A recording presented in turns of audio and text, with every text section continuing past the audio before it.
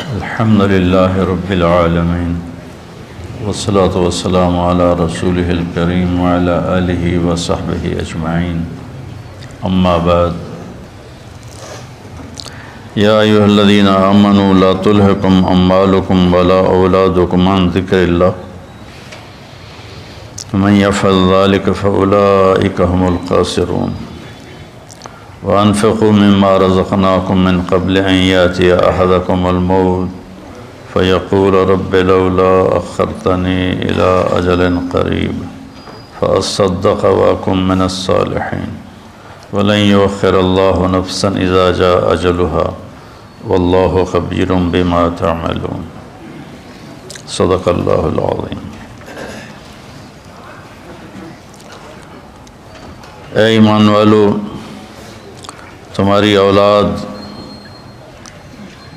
تمہارے مال تمہیں غافل نہ کر دیں اللہ کی یاد سے، اور جو ایسا کرتا ہے وہی لوگ خاص طور پر ناکام ہیں۔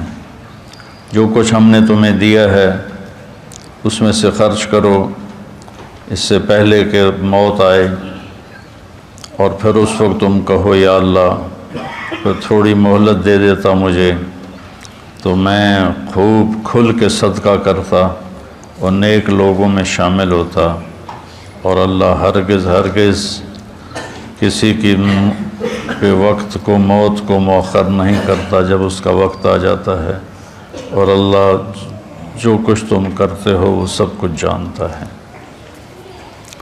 قرآن پاک میں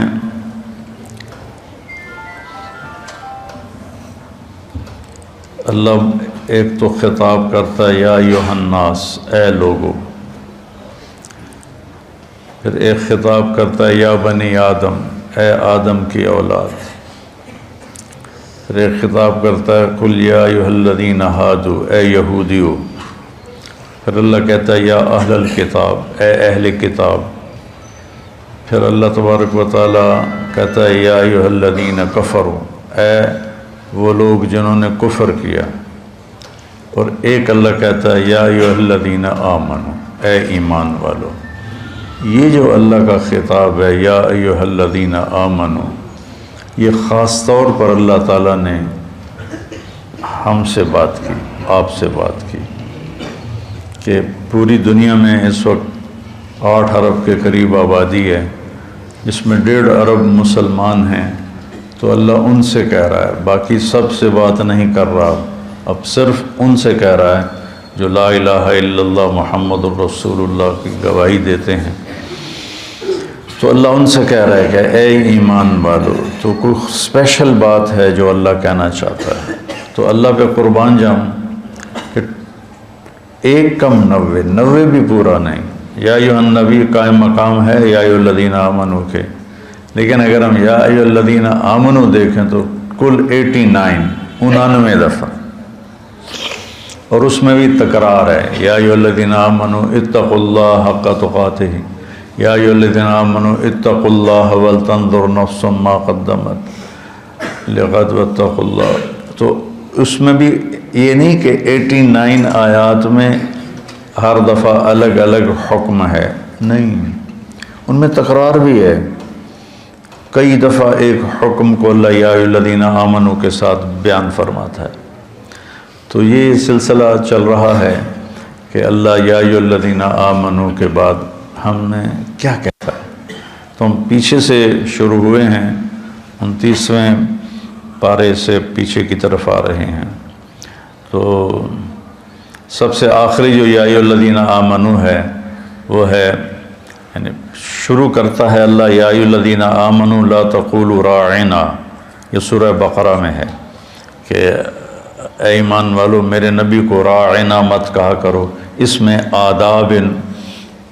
آداب نبوت ہیں کہ نبی سے کلام کرنے کے کیا آداب ہیں، عام آدمیوں کی طرح ان سے بات نہیں ہو سکتی، اس کے آداب ہیں۔ اور آخری یا ایھا الذین آمنوا ہے یا ایھا الذین آمنوا توبوا الی اللہ توبۃ نصوحا، اے ایمان والو اللہ کی بارگاہ میں سچی توبہ کرو۔ نصوحا میں بڑی لفظ نصوحہ میں بڑی تسلی ہے، بہت بڑی تسلی ہے کہ توبہ اگر ٹوٹ جائے اور تم کر لو تو پھر اللہ جوڑ دے گا، پھر ٹوٹ جائے پھر تم سچے دل سے کر لو پھر اللہ قبول کر لے گا۔ میرے نبی کا فرمان ہے کوئی دن میں 70 دفعہ بھی توبہ توڑے اور 70 دفعہ توبہ کر لے تو اللہ اس کی توبہ خوشی سے قبول فرماتا ہے، جیسے پہلی توبہ کو قبول کرتا ہے ویسے ہی 1000ویں توبہ کو بھی قبول فرماتا ہے، چونکہ اللہ پر ہمارے گناہوں کا اثر کوئی نہیں ہوتا۔ میرے اوپر زیادتی ہو تو میں معاف کرنے میں دیر کیوں لگاتا ہوں کہ میرے اوپر اس کا اثر ہوتا ہے، تو مجھے معاف کرنا مشکل نظر آ وہ احضرت الانفس الشح۔ اللہ تعالیٰ نے بھی کہا کہ معاف کرنے میں تمہارا جو نفس ہے نا وہ بڑا کنجوس اور بخیل واقعہ ہوا ہے، تو میں اس لیے معافی میں دیر لگاتا ہوں کہ اگلے کی زیادتی کا ہمارے اوپر اثر ہوتا ہے، اس اثر کو زائل ہونے میں وقت لگتا ہے۔ بہت خوش قسمت ہیں جو اس اثر کو فوراً زائل کر کے معافی مانگنے پہ معاف کر دیں، بہت خوش قسمت ہے جس کو معافی مانگنا آ گیا اور جسے معاف کرنا آ گیا۔ اللہ اس کو بغیر حساب کی کہہ دے گا تو میرے بندوں کو معاف کرتا رہا۔ ایک حدیث بھی یاد آ گئی، آپ نے فرمایا پچھلی امتوں میں ایک شخص تھا، اس کو اللہ کے سامنے پیش کیا گیا تو اللہ نے اس سے پوچھا تیرے پاس کوئی نیکی ہے آج مجھے دکھانے کے لیے؟ کہنے لگا جی میں تو 0 میٹر کوئی نیکی نہیں، 0 میٹر کوئی نیکی نہیں یا اللہ۔ تو اللہ تعالیٰ فرمائیں گے اچھا تو سوچ کوئی تم نے کوئی خیر کا کام کبھی کیا ہو؟ وہ کہے گا کیتا ہی کوئی نہیں تو دساں کی یا اللہ، بس ایمان دا بول ہے میرے کو اور کچھ بھی نہیں۔ پھر اللہ فرمائیں گے اور غور کر، تو پھر تھوڑی دیر کے بعد وہ کہے گا یا اللہ میں تاجر تھا تھوک کا، تو میں لوگوں کو مال دیتا تھا، جس کو گھاٹا پڑ جاتا تھا اس کو میں معاف کر دیتا تھا۔ میں اپنے نوکروں سے کہتا تھا اس کو معاف کر دو مت لو، یہاں مکان لکھوا لیتے ہیں، آئے ہائے مکانوں کو تالے لگا دیتے ہیں کہ ساڑھے پیسے دے، مکان ساڑھے نہ لکھ کے دے، بڑا ظلم ہے، بہت ظلم ہے۔ ہماری تجارت کیا ہر شعبہ ہی ظلم سے بھرا ہوا ہے، ہماری عدالتیں ظالم ہیں تو باقیوں کا ظلم تو پھر کیا کہنا۔ تو جس کو گھاٹا پڑ جاتا تھا یا اللہ تو میں اس کو معاف کر دیتا، میں اپنے نوکروں سے کہتا تھا اس کو معاف کر دو، اور جو دینے میں ٹال مٹول کرتا تھا جیسے ہمارے سارے بازار کا ماحول ہے، پیسے پڑے ہوتے ہیں کہتے ہیں اللہ دی قسم ہے کوئی نہیں اگلے ہفتے آوے جی، یعنی اتنا بڑا جھوٹ بولتے ہیں اور اس پر قسم اٹھا، بیوقوف کم از کم قسم تو نہ اٹھا، جھوٹ بول رہا ہے قسم تو نہ اٹھا، لیکن وہ 2 گناہ کرتے ہیں، ایک جھوٹ بولتے ہیں ایک جھوٹی قسم اٹھاتے ہیں، 2 کبیرہ گناہ ہو گئے۔ الا وقول الزور، میرے نبی فرمایا کہ تمہیں بڑے گناہ بتاؤں، الا اخبرکم باکبر الکبائر، کبیرہ گناہوں کے بھی کبیرہ گناہ بتاؤں، الاشراک باللہ، شرک کرنا، حقوق الوالدین، والدین کو رول کے رکھ دینا، روند کے رکھ دینا، ذلیل کر دینا، قتل النفس، بے گناہ کسی کو قتل کرنا، اور آپ ایسے ٹیک لگا کے بیٹھے ہوئے یہ بات کر رہے تھے، پھر ایک دم آپ ایسے سیدھے ہوئے، کہا الا وقول الزور، اور جھوٹا بول اور جھوٹا بول اور جھوٹا بول اور جھوٹا بول، اس کو اتنا دہرایا کہ ابو بکر رضی اللہ تعالیٰ عنہ فرماتے ہیں کہ میرے دل میں آیا کہ اب اللہ کرے خاموش ہو جائیں، اتنا اس کو دہرایا، جھوٹا بول جھوٹا بول جھوٹا بول، اور سارے 8 بازار کیا ریڑھی والے کیا جھوٹ ہی جھوٹ ہے، جھوٹ ہی جھوٹ ہے، جھوٹ ہی جھوٹ۔ تو وہ کہنے لگا یا اللہ جو تو دے نہیں سکتا تھا اس کو معاف کر دیتا تھا، جو دے سکتا تھا ٹال مٹول کرتا تھا، مجھے پتا ہے دے سکتا نہیں دیندا پیا، تو میں اپنے نوکروں سے کہتا تھا جھگڑا نہیں کرنا، جب دے دے ٹھیک ہے، جب دے دے ٹھیک ہے، جھگڑا نہیں کرنا، باقی میرے کو کوئی شے کوئی نہیں، نماز نہیں، روزہ نہیں، حج کوئی نہیں، زکوٰۃ کوئی نہیں، ذکر کوئی نہیں، تلاوت کوئی نہیں، تہجد کوئی نہیں، کوئی شے کوئی نہیں کہ یہ ایک گل ہے، تو اللہ تعالیٰ فرمائیں گے واہ میرا بندہ، تو میرے بندوں کو بڑی سہولت دیتا رہا، تو آج میں بھی تمہیں سہولت دیتا ہوں، چل بے ٹکٹا ہی جنت جا، یا جاؤ جنت میں۔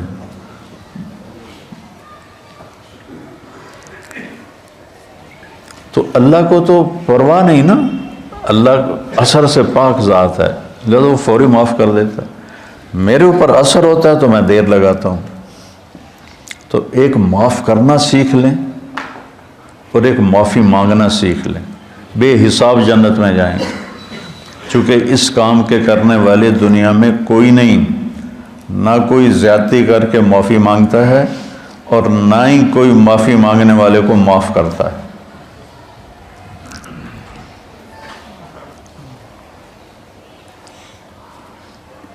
تو اللہ تعالیٰ نے توبۃ نصوحا، توبوا الی اللہ توبۃ نصوحا، اے ایمان والو توبہ نصوح کرو۔ نصوح کسے کہتے ہیں؟ سینے کو۔ ناصح درزی کو کہتے ہیں، ناصح درزی، آج کل خیاط کہتے ہیں، پرانی عربی میں ناصح کہتے ہیں، ناصح ہوتا ہے، اور من صح سوئی کو کہتے ہیں۔ تو یہ کرتا دھاگے کے ساتھ یہاں سے جڑا ہوا ہے، یہ یہاں سے یہ دھاگے کے ساتھ جڑا ہوا ہے، یہ ہمیشہ جڑے نہیں رہتے، کبھی یہ دھاگے نکل بھی جاتے ہیں۔ جب دھاگے نکل جاتے ہیں تو ہم ان کو دوبارہ سی لیتے ہیں۔ تو لفظ نصوحہ میں یہ تسلی ہے، اگر تمہاری توبہ کبھی ٹوٹ بھی جائے تو پریشان نہ ہونا۔ لوگ تمہیں کہیں گے تو عادت بنا لی ہے، ہر چوتھے دن تیری توبہ، کوئی قبول کوئی نہیں، تو میرے پاس آ جا، میری رحمت کا دربار بہت وسیع ہے، تو جب معافی مانگے گا میں معاف کروں، جتنی دفعہ مانگے گا اتنی دفعہ معاف کروں۔ قارون وہ مجرم ہے جس نے ایسا جرم کیا جو کائنات میں کسی نے نہیں کیا، کہ ایک رسول پر زنا کی تہمت لگائی، موسیٰ علیہ السلام پہ تہمت لگائی ایک عورت کے ذریعے سے، تو موسیٰ علیہ السلام سجدے میں گر گئے۔ اللہ تعالیٰ نے فرمایا زمین تیرے تابع ہے، جو کہے گا وہ کرے گی۔ تو موسیٰ علیہ السلام کھڑے ہوئے زمین سے کہا ابتلعی، نکل جائے اس کو، تو وہ زمین میں دھنسا، پاؤں اندر چلے گئے، کہنے لگا موسیٰ معافی دے دے، آئندہ نہیں کروں۔ موسیٰ علیہ السلام نے فرمایا اور پکڑ لے اس کو، تو وہ گھٹنوں تک چلا گیا، کہا موسیٰ معافی دے دے، آئندہ نہیں کروں۔ انہوں نے کہا اور پکڑ، وہ اور نیچے چلا گیا، موسیٰ معافی دے دے، آئندہ نہیں کروں۔ وہ معافیاں مانگتا رہا اور موسیٰ علیہ السلام کہتے رہے اور پکڑ اور پکڑ، یہاں تک کہ وہ سارا زمین میں دھنس گیا۔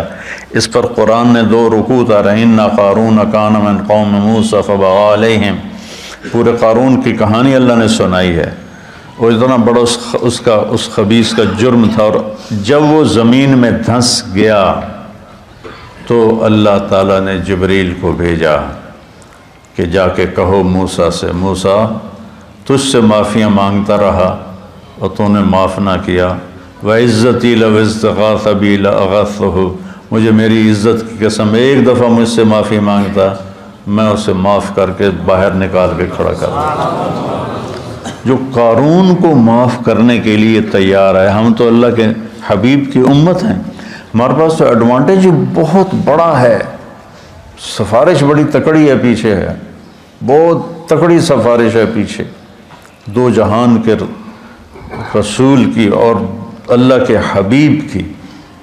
اللہ نے کسی نبی کی قسم نہیں کھائی، اللہ نے اپنے نبی کی جان کی قسم کھائی، لعمرک، تیری جان کی قسم۔ اللہ نے کسی کے شہر کی قسم نہیں کھائی، اپنے نبی کے شہر کی قسم کھائی، وَهَذَا الْبَلَدِ الْأَمِينَ۔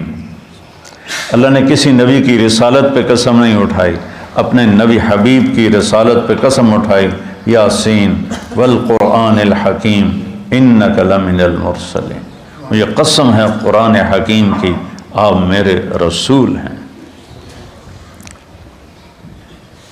اتنی بڑی ہستی وہ پیچھے ہیں، سفارشی ہیں، اور اس کے باوجود میرے نبی نے فرمایا دیکھو کل قیامت کے دن مجھے رسوا نہ کرنا کہ تم فرائض چھوڑ کر آؤ اور حرام کاریاں کر کے آؤ، پھر مجھے کہو یا رسول اللہ میری جان بچائیں۔ تو دیکھو آپ نے اپنی بیٹی سے کہا یا فاطمہ بنت محمد انقذی نفسک من النار فانی لا اغنی عنک من اللہ شیئا، فاطمہ اپنے آپ کو جہنم سے بچا، اگر اللہ تعالیٰ نے پکڑ لیا تو پھر میں نہیں چھڑا سکتا۔ تو اللہ نے ہمیں اپنے حبیب دیے ہیں، ان کی وجہ سے تو اگر ہمارے حبیب نہ ہوتے تو ہم بندر خنزیر بن چکے ہوتے۔ جو ہم گناہ کر رہے ہیں وہ پہلی امتوں سے ہزاروں گنا زیادہ ہیں، اور جن گناہوں پہ اللہ نے کونوا قردۃ خاسئین، بندر ہو جاؤ ذلیل ہو کر، وجعل منہم القردۃ والخنازیر، اللہ نے خنزیر بنا دیے، کھڑے کھڑے خنزیر بن گئے، بندر بن گئے۔ اس سے کروڑوں گنا بڑے گناہ ہم کر رہے ہیں، پر ہم انسان ہی ہیں، ہماری شکلیں اللہ نے مسخ نہیں کی کہ پیچھے وہ اپنے حبیب کے آنسو دیکھتا ہے، طائف کا خون دیکھتا ہے، احد کے دامن میں ٹوٹے ہوئے دان دیکھتا ہے۔ ایسے تمہارا نبی تمہارے لیے کیا کیا قربانیاں کر کے گیا، اور ہم نے کس مہربان کو بھلا دیا۔ کوئی ایسا مہربان لاؤ تو صحیح جس کے سامنے احد پہاڑ ہاتھ باندھ کے کھڑا ہو کہ آپ حکم کریں میں سونا چاندی بن کے قدموں پہ قربان ہو جاؤں گا۔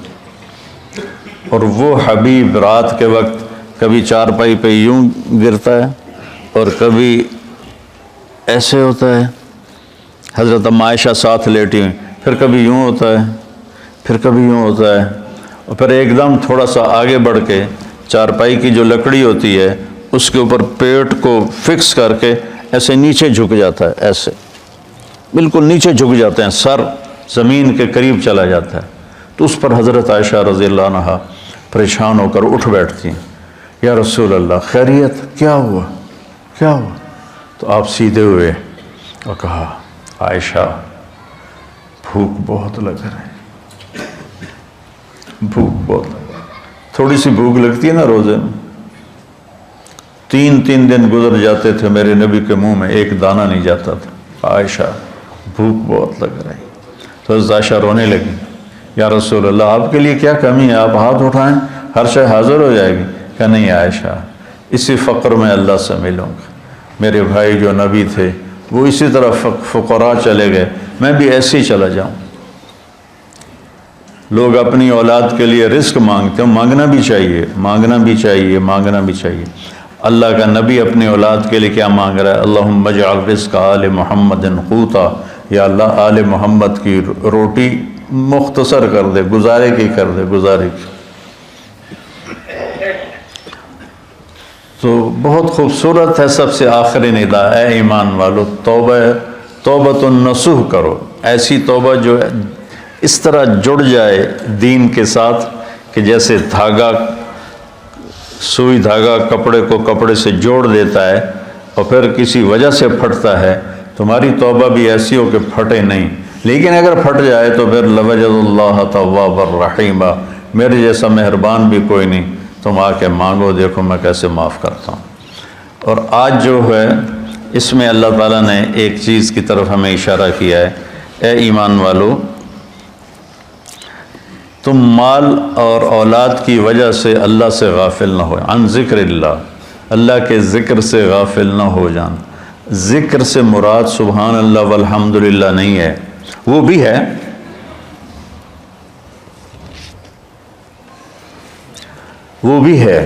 لیکن ذکر کا مطلب ہوتا ہے یاد، کسی کی یاد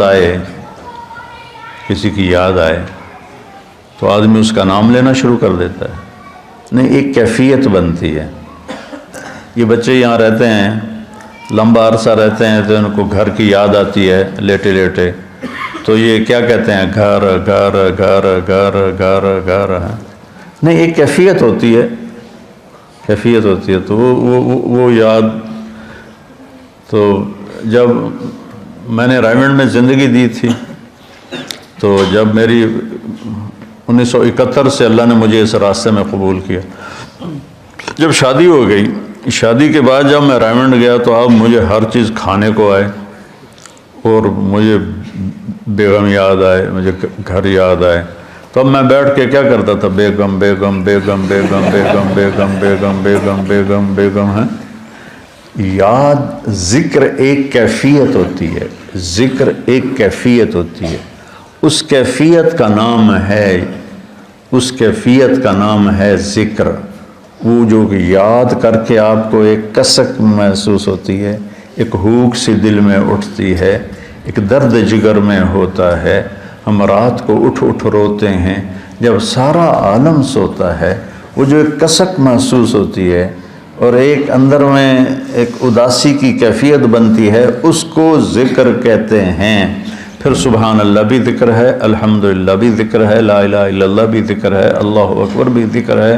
لیکن آدمی ہر وقت تو کام کر رہا ہے، ہر وقت تو یہ نہیں زبان سے کہہ سکتا، کام میں مشغول ہوتا ہے. تو ہتھ یار کارول دل یار ول، یا ہتھ کارول، کار ہے کار نہیں، کار پنجابی والا،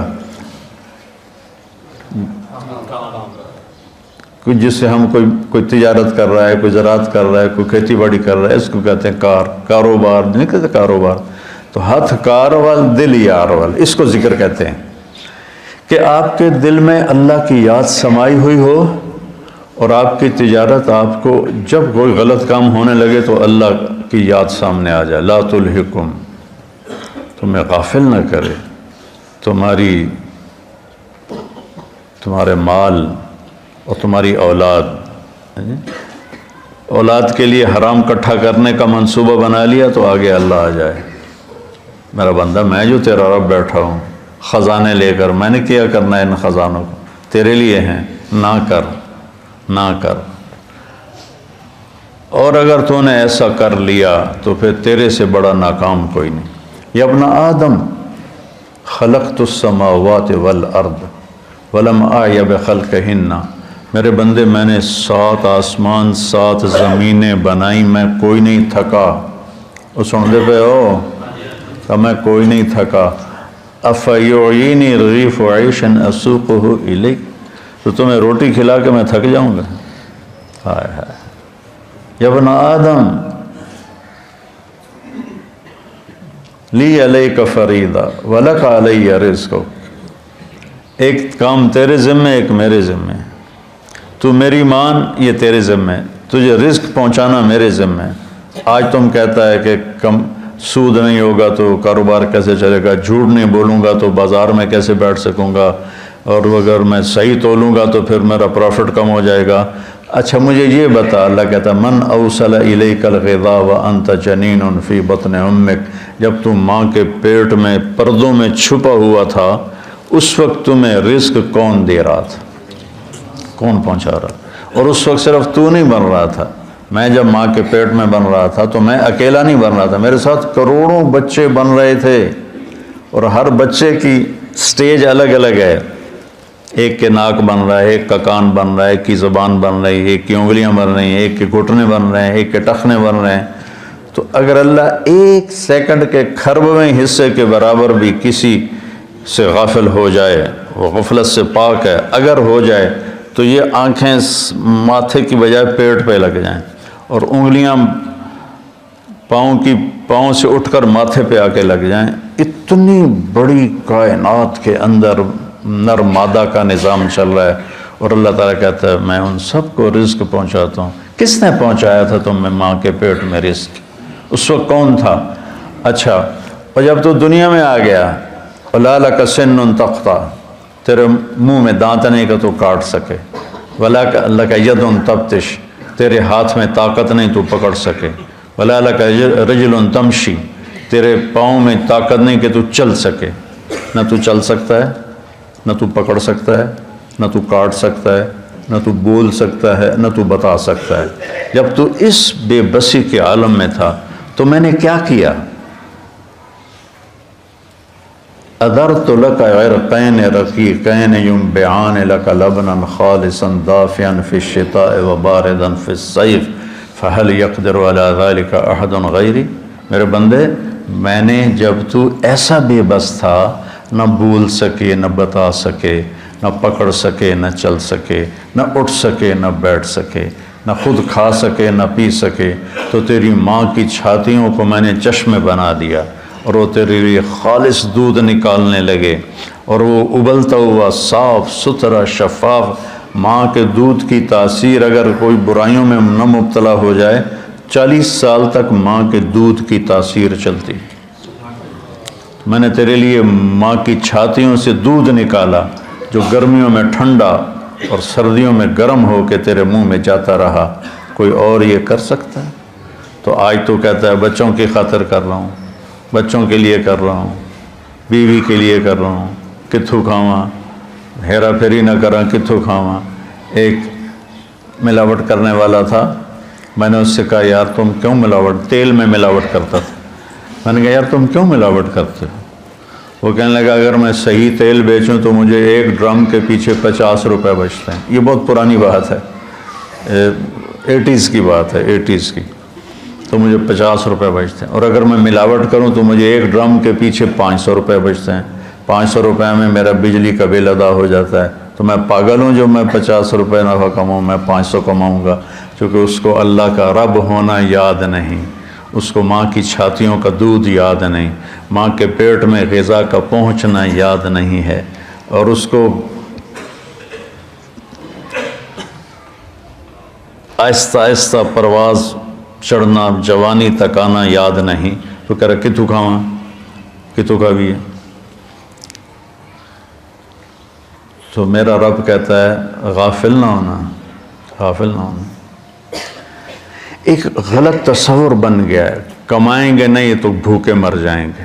نہیں، کمانے کا حکم ہے، حلال کمانے کا ہے، صحیح کمانے کا ہے، لیکن ادھر یقین بن گیا ہے کہ میں ایک دفعہ چلا گیا گورنمنٹ کالج لاہور اپنے دوستوں سے ملنے، تو وہ سارے شفٹ ہو گئے تھے نیو ہاسٹل میں، اقبال ہاسٹل سے نیو ہاسٹل، کچھ میڈیکل کالج چلے گئے تھے۔ تو ایک لڑکا فیصل آباد کا تھا، ظہیر، وہ کنگ ایڈورڈ میڈیکل کالج میں اس کو داخلہ مل گیا تھا، مجھ سے 1 سال آگے تھا۔ تو ہم سارے وہاں اکٹھے بیٹھے تھے کینٹین پر نیو ہاسٹل کی، تو مجھ سے کہتا ہے کیا کر رہے ہو؟ کی کر رہے ہیں آج کل؟ میں کہا میں مولوی بن رہا ہوں۔ تو کہنے لگا کھاویں گا کتوں؟ اس کو میری بیک گراؤنڈ کا پتہ ہے، چونکہ ہم 5 سال کٹھے رہے سینٹرل ماڈل اسکول میں، تو اس کو میرے بیک گراؤنڈ کا پتہ ہے کہ اللہ تعالیٰ نے مجھے خوشحال گھر میں پیدا کیا ہے۔ تو لیکن اتنا تاثر غلط ہو گیا ہے کہ بازار میں بیٹھے بغیر روٹی نہیں ملتی۔ مجھ سے کہنے لگا کھاویں گا کتوں؟ میں کہا اللہ دے گا۔ کہنے لگا اللہ اتو سٹے گا؟ تو وہ ایسے ٹیک لگا کے بیٹھا تھا ایسے۔ تو میں نے کہا تو کتوں کھاویں گا؟ تو ایسے بیٹھا تھا، کہتا میں ڈاکٹر بن رہا ہوں۔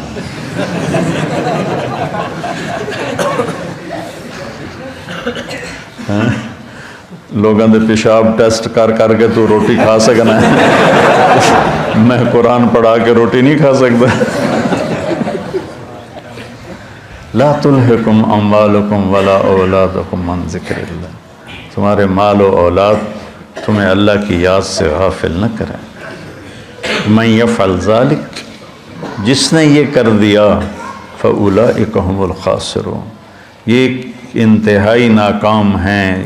ہم فاولئک اور ہم اور الخاسرون، تینوں معرفہ کے لفظ لا کر اللہ تعالیٰ نے ہتھوڑے پہ ہتھوڑا مارا ہے کہ یہی ناکام ہیں جو پیسے تعس عبد الدینار وعبد الدرہم وعبد القطیفہ، میرے نبی جیسا کریم حبیب شفیق مہربان نبی اتنے جلال میں ہے، بخاری شریف کی روایت ہے کہ آپ نے کہا برباد ہو جائے سونے پہ ایمان کو بیچنے والا اور چاندی پہ ایمان کو بیچنے والا اور دنیا کی رنگینیوں پر ایمان کو بیچنے والا ہلاک اور برباد ہو جائے۔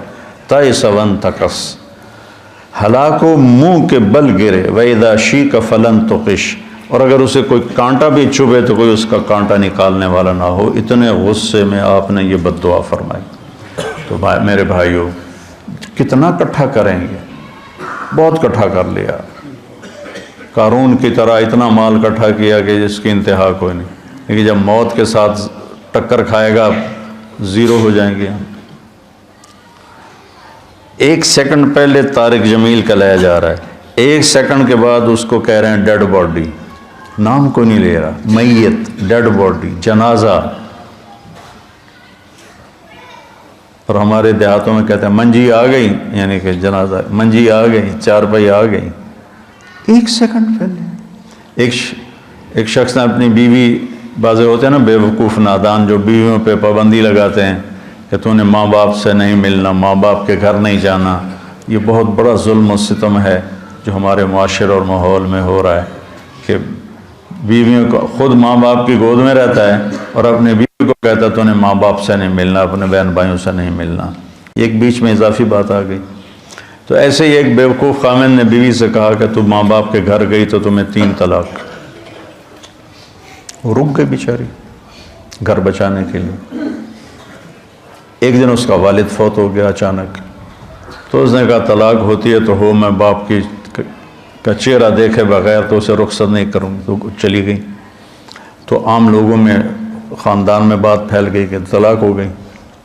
تو جب مفتی صاحب سے پوچھا گیا تو ان کا طلاق نہیں ہوئی، کہ وہ اپنے باپ کے گھر نہیں گئی، اس کا باپ مر چکا ہے، اب وہ گھر اس کے بیٹوں کا ہو گیا ہے اور اس کا بھی ہو گیا ہے، تو یہ اپنے گھر گئی ہے، اپنے بھائیوں کے گھر گئی ہے، باپ کے گھر نہیں گئی۔ ابھی باپ کی ڈیڈ باڈی بیڈ روم میں پڑی ہے اور گھر پرایا ہو گیا۔